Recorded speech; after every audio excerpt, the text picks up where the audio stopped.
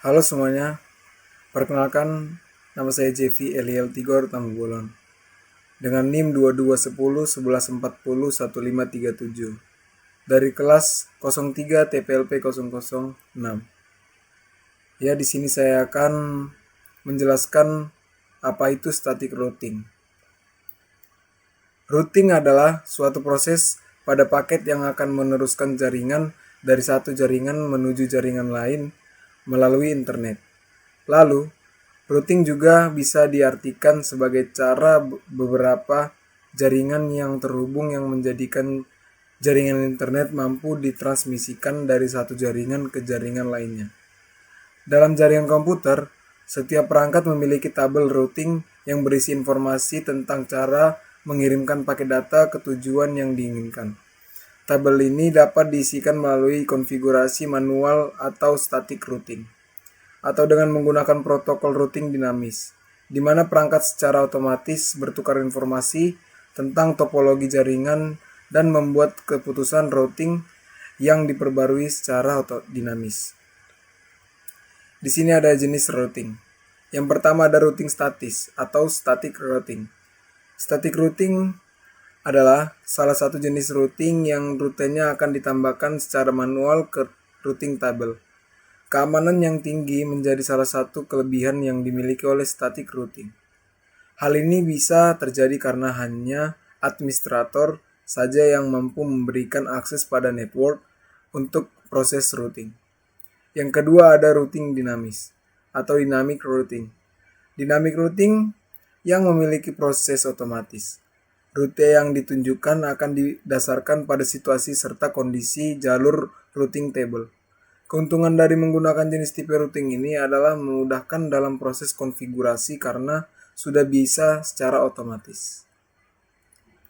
Yang ketiga, di sini saya akan menjelaskan definisi static routing. Ya, kita kembali lagi dengan pengertiannya. Static routing adalah routing yang dilakukan secara manual. Setiap jaringan yang akan di-routing harus dikonfigurasi satu persatu oleh administrator jaringan. Kelebihan dari static routing adalah lebih aman serta tidak membutuhkan sumber daya yang besar. Sementara kekurangannya adalah apabila terjadi perubahan dalam suatu jaringan, maka administrator harus melakukan routing ulang sehingga sesuai dengan jaringan yang baru. Tujuan dan kelebihan. Static routing sangat berguna untuk menyatukan jaringan yang berbeda subnet sehingga dapat bertukar data dan berkomunikasi secara aman. Routing statik tentu lebih aman dibanding dengan routing dinamik karena tabel routing dimasukkan dengan manual oleh administrator. Yang pertama ada kelebihan kesederhanaan. Urutan statis mudah dipahami dan dikonfigurasi. Ini tidak memerlukan algoritma yang rumit atau pembaruan dinamis, menjadikan pilihan yang mudah untuk jaringan kecil atau situasi di mana topologi jaringan jarang berubah. Yang kedua kelebihannya ada efisiensi sumber daya. Rute statis menggunakan lebih sedikit sumber daya jaringan dibandingkan dengan protokol perutean dinamis. Rute statis dikonfigurasi secara manual dan tidak memerlukan router untuk bertukar informasi routing secara teratur. Yang ketiga ada prediktabilitas. Rute statis memberikan tingkat prediktabilitas yang tinggi karena tidak beradaptasi secara dinamis terhadap perubahan dalam jaringan.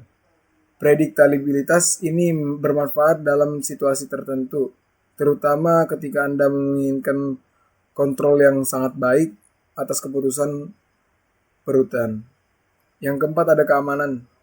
Dan dalam beberapa kasus, perutean statis dapat meningkatkan keamanan karena rute statis dikonfigurasi secara manual dan tidak secara otomatis.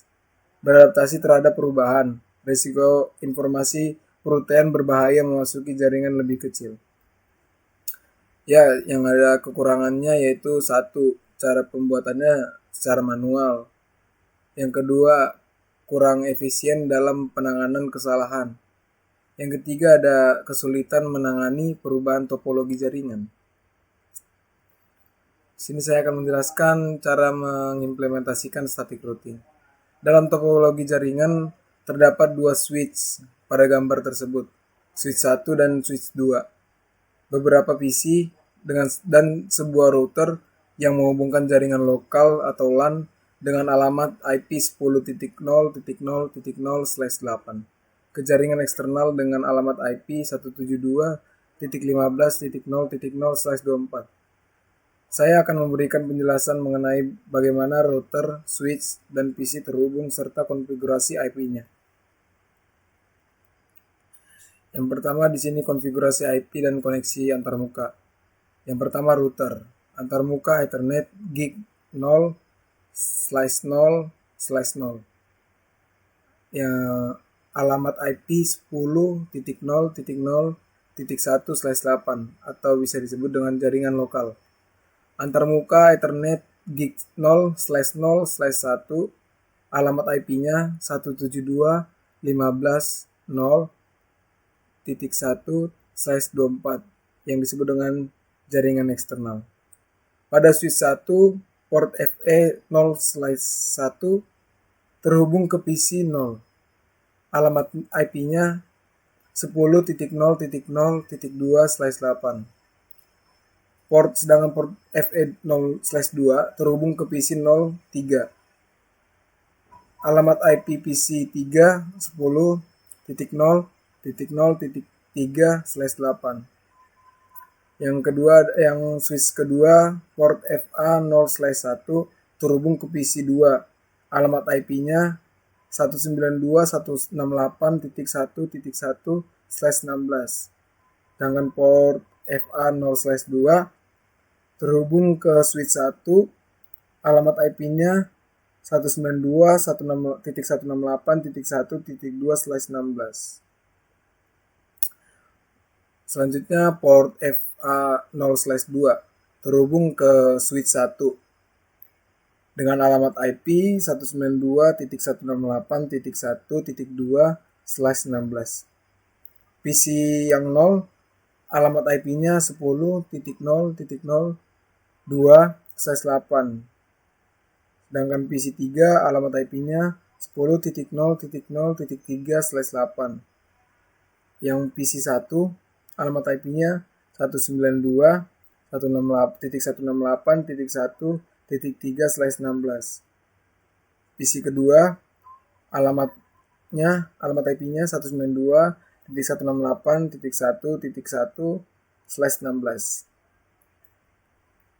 Ya, penjelasan koneksi dan routing switch 1 dan PC 0. PC 0 terhubung ke switch 1 melalui port FE 0/1. Switch 1 memiliki dua perangkat terhubung, yaitu PC 0 dan PC 3.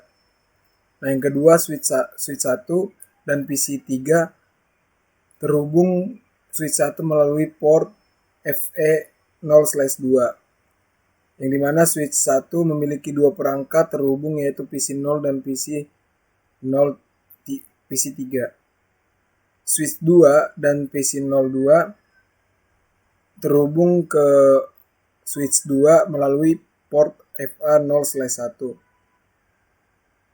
Switch 2 dan switch 1 terhubung ke switch 1 melalui port FA 0/2.